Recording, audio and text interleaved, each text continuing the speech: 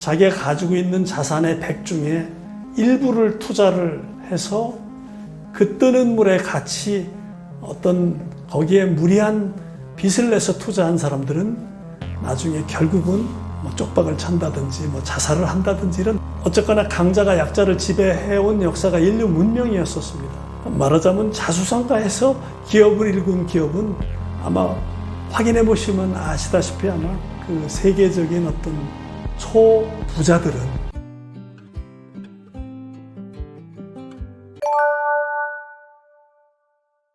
그러니까 그것은 은행에서 빌려서 부채 내가 대출을 받아서 투자해놓은 돈을 말하는 것이죠. 그러면 은행에서 빌려서 그러니까 1차적인 부와 2차적인 부를 가진 사람들은 그 부를 요구하는 사람들한테 3차적인 부를 만들어서 팔겠죠. 그러면 그것에 대해서 어떤 자기가 가지고 있는 자산의 100 중에 일부를 투자를 해서 그 뜨는 물에 같이 어떤 그 일부만 참여해서 경제학을 공부한다든지 이런 차원에 참여하는 사람들은 아주 건전한 투자를 하는 것이죠. 하지만 너무나 무리한 대출을 받아서 집을 13개씩 산다든지 빌딩을 몇 개씩 사놔도 부동산은 영원히 떨어질 수가 없다라는 어떤 그러한 중앙은행들이 이미 아까 말씀드렸듯이 화폐 가두리 양식장 같은 걸 만들어 놓고 유인했을 때 거기에 무리한 빚을 내서 투자한 사람들은 나중에 결국은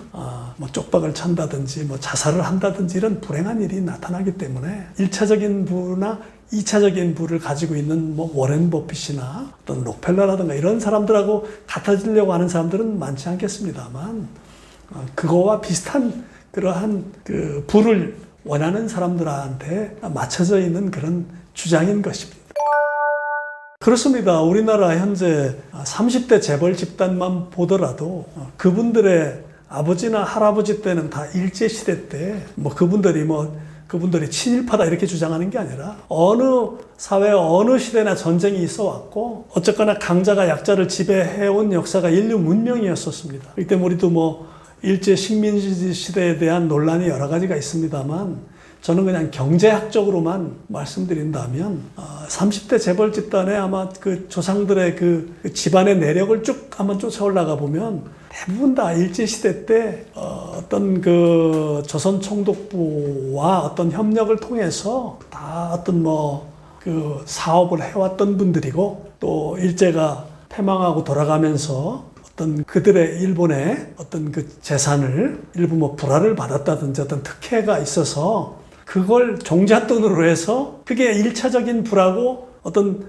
미국의 록펠러 사례와 비교한다면 우리나라의 1차적인 부는 아마 해방 이후에 우리보다는 일본이 그래도 많은 어떤 그 과학기술이 우리보다는 앞선 나라였었기 때문에 그런 데서 어떤 불화받았다든지 그들과 동업으로 사업을 해왔다든지 그런 1차적인 부가 현재 지금 4세대까지 지금 승계가 되고 있습니다만 말하자면 자수성가해서 기업을 일군 기업은 아마 확인해 보시면 아시다시피 아마 30대 재벌 집단에서는 거의 없다는 것을 제가 그 하나 예를 말씀드리겠습니다.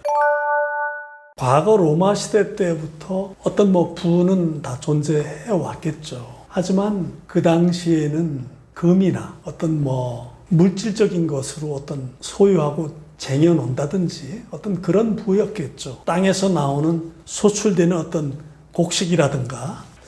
그런데 금융화폐 자본주의를 저는 1609년도에 네덜란드 동인도 회사가 그 이슬람권에서 동방으로 가는 무역로를 막았기 때문에 1492년 콜럼버스가 동방으로 가는 그 무역선을 띄운 그 시점부터 보는데요. 그때부터 이제 주식회사가 생기고 증권거래소가 생기고 암스테르담 은행이 생기고 이때부터 금융화폐 자본주의가 생겼기 때문에 그때부터 어떤 돈을 통해서 세계 패권을 지배하는 시대로 들어섰다면 워렌 버핏이나 아까 말씀하신 로스차일드 가문이나 록펠러 가문이나 JP 모건이나 이런 그 세계적인 어떤 초부자들은 그때부터 중앙은행 시스템의 한 집안으로, 한 가문으로, 혼맥으로 이렇게 엮여진 것이라고 저는 추정할 수 있습니다. 그렇기 때문에 어떤 로스차일드가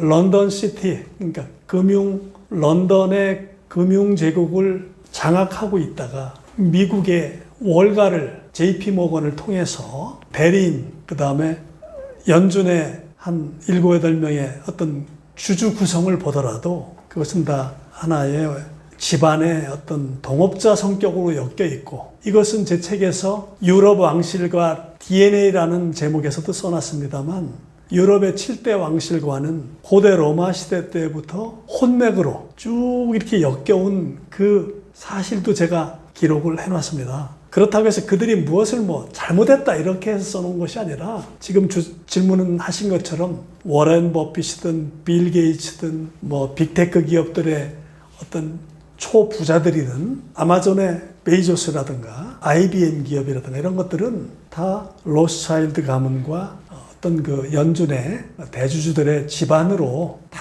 혼맥이나 동업자 성격으로 엮여 있기 때문에 그 1차적인 부나 2차적인 부를 소유한 사람들은 그 집단에 아마 들어가는 건 아무나 이렇게 거기에 들어갈 수 있는 어떤 그 멤버십을 주는 것은 아니라고 제가 보여집니다. 우리가 어디 유명한 골프장 하나 회원권 갖기도 심사를 받는데 그런 집단은 오죽 엄격하겠습니까? 그렇게 이해해 주시면 되겠습니다.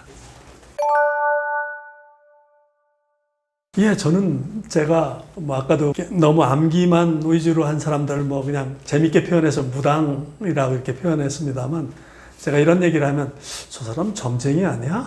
이렇게 또 오해를 받을 수 있는 발언인 것 같습니다만, 제가 화폐 역사에 대해서 오랫동안 30년 정도 이렇게 분석을 해오다 보니까 딱 하고 하나 발견되는 지점을 하나 발견했습니다. 이번 아마 10월 달에 경주에서 열리는 아페크 정상회담이라는 그런 서미트가 준비되고 있는데요. 거기에서 이미 돌아가셨습니다만 그 존 메이어드 케인즈라는 영국의 유명한 경제학자가 있는데, 그분의 책을 저도 많이 보고 이렇게 공부한 사람 중에 하나입니다만, 그분이 1944년도에 미국의 브레튼 우즈 협정에서 미국 화이트 재무장관이나 이런 44개국이 모여서 어떤 화폐에 대한 회의를 할 때, 당시에 케인즈 그 영국의 재무장관이 앞으로의 무역 화폐는 한 5, 6개국의 통화를 섞어서 믹싱해서 그것을 세계 무역 화폐로 사용하도록 하자. 그러니까 쉽게 말해서 이런 것이죠. 우리가 어디 가서 카드를 칠 때 돈을 내놓고 하지 않고 바둑알을 이렇게 묻어놓고 하지 않습니까? 그러면 도박을 하다가 돈을 잃으면 바둑알을 하나 더 늘리기 위해서는 자기 주머니에서 소위 자본금을 더 내놔야 되지 않겠습니까? 그렇게 되면 무역화폐 총량은 변하지 않는 것이죠. 가짜 돈이 나올 수가 없는 것이죠. 그래서 케인즈가 80년 전에 그것을 주장했는데, 이미 미국은 2차 세계대전에서 승전국이고 세계 40% 이상의 경제력이 미국에 몰려있기 때문에 미국은 자신감에서 달러를 기축통화로 하겠다 하고 고집하는 바람에 케인즈의 주장은 묵살되고 말았습니다. 그래서 제가 이 화폐를 계속 공부를 하는 그 과정에서 이번에 트럼프 대통령이 인류의 정의로운 화폐는 어떻게 가야 되겠냐 하는 그러한 단서를 제공했다든지 어쩌면 발설한 어떤 그런 거로 제가 단어를 인용했습니다만, 마침 경주에서 10월 달에 이루어지는 아페크 정상회담에서는 우리 한국이 그러한 세계 무역 화폐를, 바스켓 화폐를 주장하지 않을까 하는 제 상상을 해봤습니다. 마침 시진핑도 온답니다. 트럼프 대통령도 당연히 옵니다. 김정은까지 오면 엄청난 세계 이목을 끌겠죠. 우리가 2000년도에 생각해 보십시오. 세계 코로나 팬데믹이 발생했을 때 세계인들은 대한민국이 최고의 모델 국가로 세계에서 칭송을 받았지 않습니까? 우리나라 IT 기술이 거리두기 방역 시스템을 저렇게 훌륭하게 저렇게 사람들을 가둬놓지 않고도 디지털 기술로 거리두기 간격 조정을 하고 이렇게 하는 것을 세계인들한테 다 보여줬기 때문에 우리는 이미 세계에서 IT 기술의 강국으로 이미 알고 있습니다. 그렇기 때문에 이번에 경주에서도 우리가 그런 바스켓 통화, 소위 저는 이렇게 보고 있습니다. 제 이건 추정입니다만, 금과 달러와 스테이블 코인과 비트코인 한 4가지를 섞어서 우리가 무역을 할 때는 이 바스켓 화폐로 주고받자, 이렇게 주장을 우리 한국이 한다면 가장 이상적일 수밖에 없는 것이, 트럼프 대통령이 한다면 세계에서 다 의심할 겁니다. 그렇지만 우리 한국은 세계 10대 무역 강국 중에 가장 무역 비중이 높습니다. 우리 한국은 다른 선진국들의 전체 경제에서 무역이 한 20% 미만이라면 우리 한국은 50% 이상 무역에 의존하고 있습니다. 그렇기 때문에 한국이 주장할 때는 세계에서 전혀 의심하지 않을 것이고, 그 다음에 코로나 팬데믹 때 디지털 기술로 인해서 디지털 화폐를 서로 결제 시스템도 우리 한국의 폰투폰 이러한 그 IT 기술이 그걸 뒷받침하기 때문에 아마 어쩌면 싱가포르나 홍콩에 있는 과거의 산업시대의 어떤 지폐, 화폐 경제에서 금융 허브 도시의 기능을 어쩌면 우리 한국의 부산이 가져올지도 모르겠습니다. 부산은 북극 항로 시대의 첫 출발점이라는 점에서 저는 이 점을 착안해서 책에 점쟁이처럼 한번 실어봤습니다.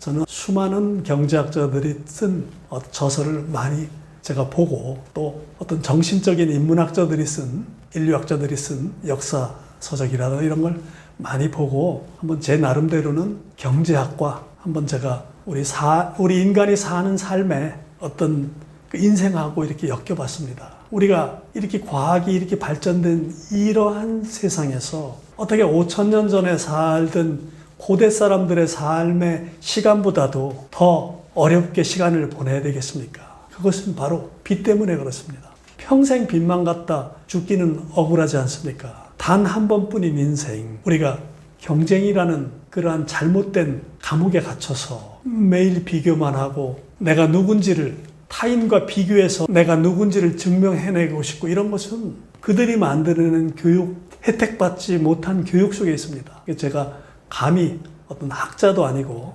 무명 저자에 불과합니다만, 감히 독자들한테 한번 같은 방향을 보자고 드리고 싶은 것은 정신적인 귀족이 됩시다. 그러기 위해서는 그들이 만들어낸 교육에서, 암기하는 교육에서 질문하는 교육으로 우리는 한번 앞으로 토론을 하고 대화를 해보자, 이렇게 제안을 드리는 것입니다. 감사합니다.